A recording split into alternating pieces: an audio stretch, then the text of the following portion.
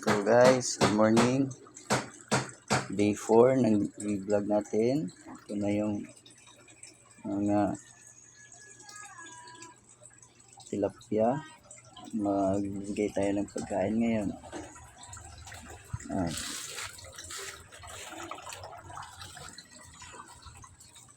Same na pagkain, yung crushed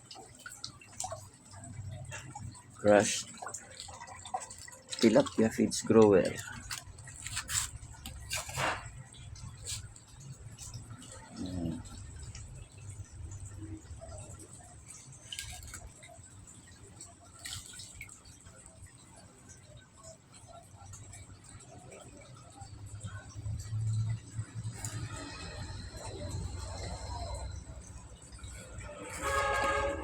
Day 4. Yan, malulusog na yung tilapia natin. Excited na ako makita to after 6 months.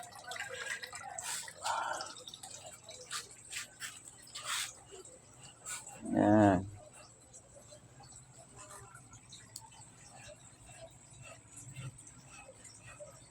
Pag na-release na to, magbili tayo na times 2 ng capacity nito. Bili tayo ng 300 pieces ng tilapia fingerlings.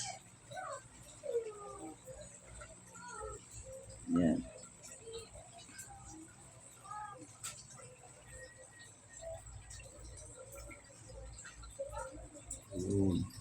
Yun, malaki na. 1 month old pa to siya guys.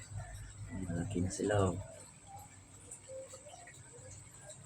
Bilis lang lumaki.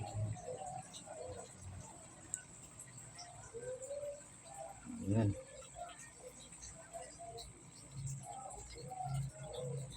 Wala akong binago ngayon sa fish pan ko. Same lang din. Yun.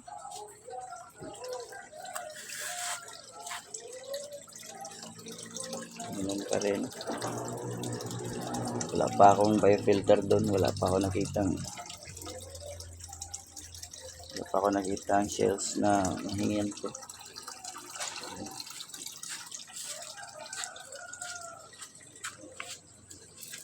Hindi pa nasimulan. Mainit. Dahan lang tayo magsimula. Dahan tayo mag-gather ng knowledge. Kapag kuha na natin lahat ng yung ano talaga yung magandang way, cycle ng tilapia, magandang pagkain, magandang way na filtration, gagawa tayo ng malaki na fish pan para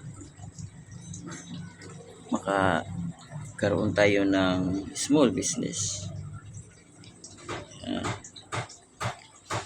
Lit-lit muna tayo, practice muna kasi wala tayong unlimited funds kapag mapalpak tayo sa malaki hindi na tayo makaulit.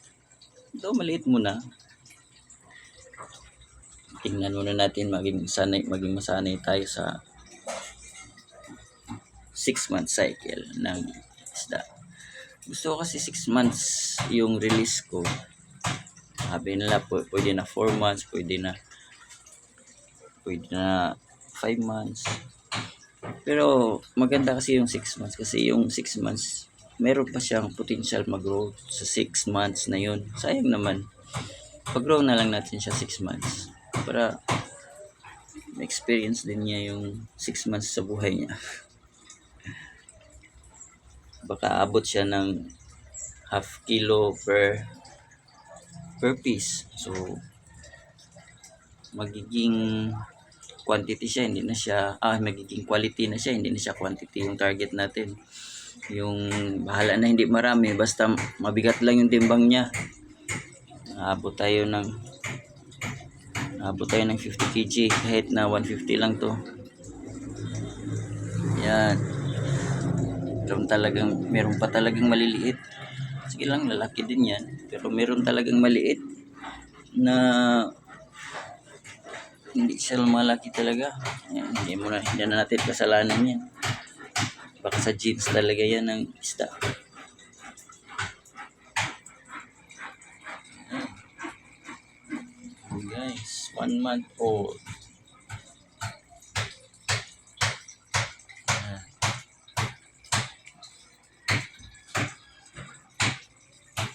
3 inches. Siguro mga after 2 months ito magiging 4 inches na to, tapos lalapad na siya.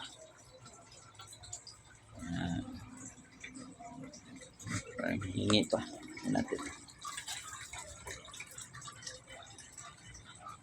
Yung vlog na to boring lang, walang mga intro, walang mga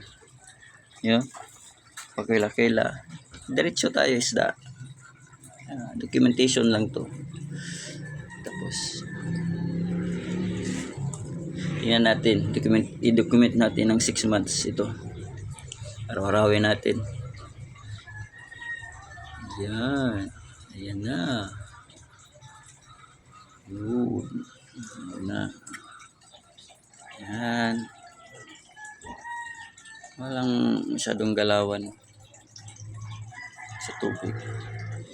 Kasi maganda naman yung idea na maraming movement. Ayaw kasi wala kasi akong drainage system dito na yung mga sludge ilalim nakukuha.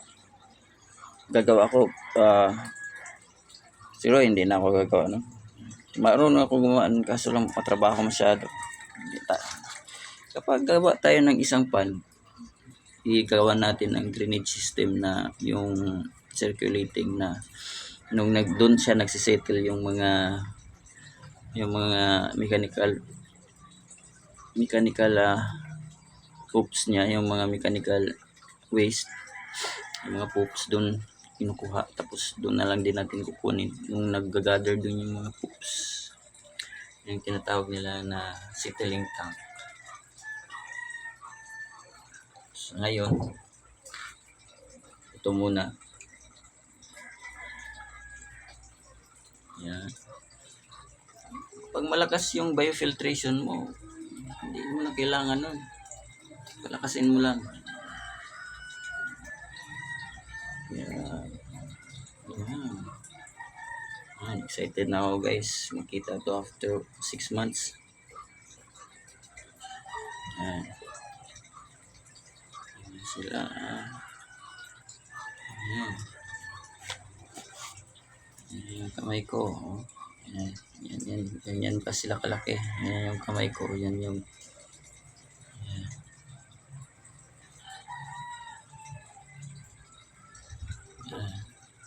yan pa sila kalaki. Sige guys, bukas ulit pakain na tayo, videohan na naman natin sila. Parang documentation purpose lang, kano siya kabilis lumaki. Yan.